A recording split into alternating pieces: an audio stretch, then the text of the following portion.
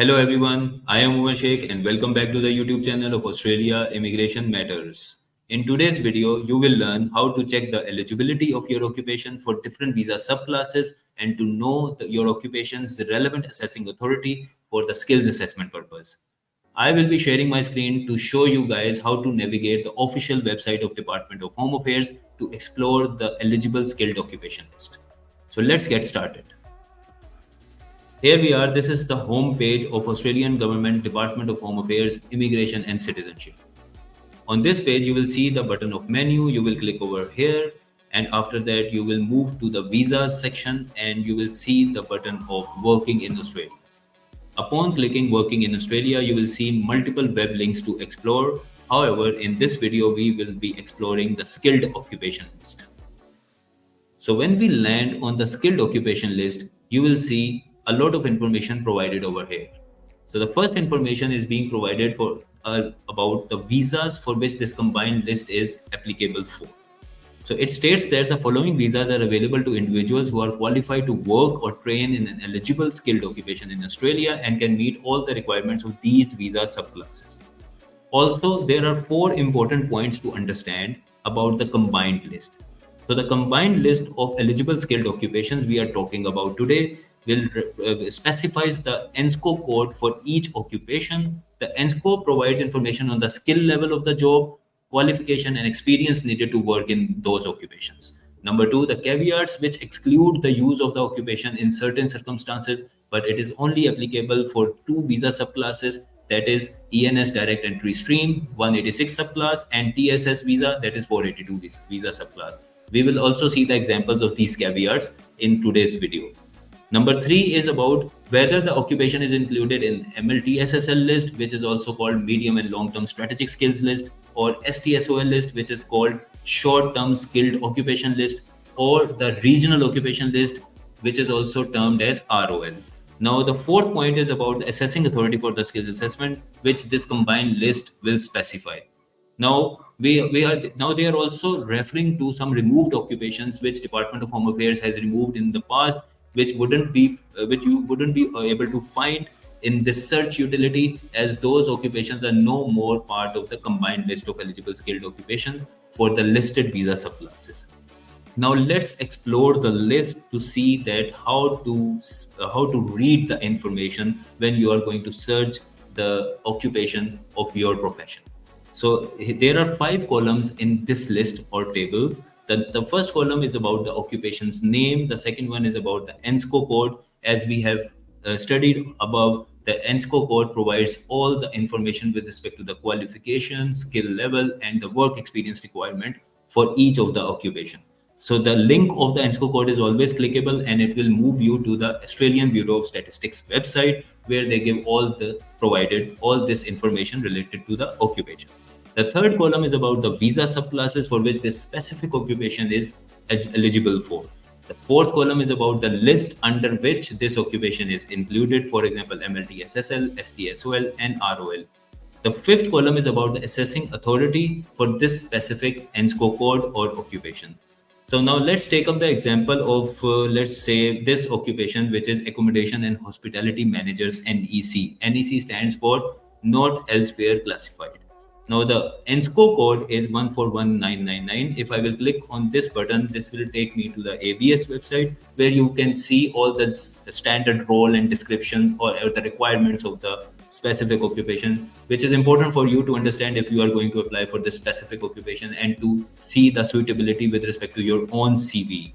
The third column is showing all the visa subclasses for which this specific occupation is eligible for. For example, this occupation is eligible for 190, 407, and still going on till 186. You can read all the occupation codes and similarly the subclasses to know more. The fourth column is about the list for which this occupation is eligible for, and in this case, this occupation is listed under STSOL list. Now, the STSOL stands for the short-term skilled occupation list. Now, the STSOL listed occupations are only eligible for the state nomination cases, that is 190 and 491, when we talk about skilled migration visa category. Whereas the ROL list is only eligible for 491 or 494 visa subclasses. Whereas when we have an occupation which is listed under MLTSSL list, that occupation is generally eligible for all three visa subclasses of skilled migration visa category, that is 189, 190, and 491. Now, the last column of this table is showing the assessing authority for this specific occupation, which is wet assess. And when we click on this button of the wet assess or whatever the assessing authority is there, you will see the link or the website of the assessment authority, from where you will be able to understand all the eligibility and requirements and criteria for this specific assessing authority in order to get your skills assessment done. Now let's move downwards. Let me scroll down and show you another example. Let's take up this example of accountant general occupation, and the code of this occupation is mentioned over here. Now there are all the visa subclasses for which this occupation is eligible for are listed over here. You can explore, and you can also see that this is one of those occupations which is eligible for both 491 state nominated as well as 491 family sponsored stream. Similarly, the fourth column is showing the list under which this occupation is included, and this specific one is included in MLTSSL list. Now, these three are the options of assessing authorities which can do the assessment of this specific occupation. You can explore the websites of each of these to see the suitability and eligibility criteria for your case. Now, if you see, there are buttons underneath 186 and 482 which are saying caveats apply. So if we click on this button, this will state that what are those caveats which are applied for this specific occupation under 186 and 482. So when we read over here in this information box, which is opened after I have clicked over here, it's stating that for 186 visa, the caveats are applied with respect to the business size and with respect to the skilled tasks of this occupation. In the business size, it has 2 points. Number one, that it excludes all the positions that are in a business that has fewer than 5 employees. Similarly, it also excludes positions that are in a business that has an annual turnover of less than $1 million. And low skilled tasks such as clerical, bookkeeper, or accounting clerk positions are excluded from to apply for the 186 visa because it is an employer nomination scheme. Similarly, when we click the button of caveats apply under 482 visa subclass for this specific occupation, it gives us the information with respect to the caveats applied for 482 visa application. If you are an applicant of 482 visa application and you are an accountant, then you need to understand that you cannot apply for a 482 or 186 visa if these caveats are applied to your case. So this is an important information to understand, and similarly you can see all the other occupations over here. Now, when you come over to this website, you also see a search utility under the skilled occupation list. So simply what you have to do is you have to find your suitable occupation code and the relevant assessing authority. You need to come over here and search for the keyword of your occupation. For example, if you are a pharmacist but you do not know that which occupation code and the assessing authority would be applicable for your case, you will come over here, and let's suppose I am using the keyword of pharmacist, and this is giving me a result of 3 items that are matching my criteria. Number one is hospital pharmacist, the ANZSCO code is there, visa subclasses are there, list is there, assessing authority is there. Industrial pharmacist, a different assessing authority, but all the other visa subclasses, eligibility, and the list is same, and the ANZSCO code is different from the first one. And the third one is retail pharmacist, where the ANZSCO code is again different, but the assessing authority is same as hospital pharmacist.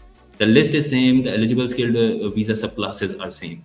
Now, you need to understand is that there are 3 types of pharmacists. 2 are being assessed by A Pharm C, 1 is being assessed by Vet Assess. The ANZSCO code is very important to understand. The nomenclature of ANZSCO code states that if the first 4 digits of the ANZSCO code, that is, in this we are talking about 2515, which are like common 4 digits, which is also called the occupational group, the unit of the occupational group. So if the first 4 digits of the ANZSCO code are same, then you can use the work experience of these 3 occupation codes interchangeably. So these occupation codes or these occupations are considered closely related by default if the first 4 digits of the ANZSCO codes are same. So these belong to same occupational unit group. So this is how you identify the occupation code, relevancy to different visa subclasses, the list, and the assessing authority. Now let's take up the example of civil engineer. So if I will write over here civil engineer, it will give me again three options. The first one is the civil engineer, which belongs to MLTSSL list. Engineers Australia is the assessment authority, and 233211 is the ANZSCO code for this occupation. All the eligible visa subclasses are over there. Similarly, civil engineering draft person is there with a different ANZSCO code, different unit group. And it also belongs to MLTSSL. There are two options of assessing authority for this specific occupation code, and the third one is civil engineering technician. Again, only VET assesses the assessment authority of this specific occupation code. Now 312211 and 312212, again these are closely related occupations and the work experience can be interchangeably used in the case of EOI submission or points claim purpose. So this is how basically you can explore all this combined list of eligible skilled occupation on the Department of Home Affairs website, and you can see the information related to your occupation. I hope this video would help you, and you can support us by subscribing to our channel and keep watching.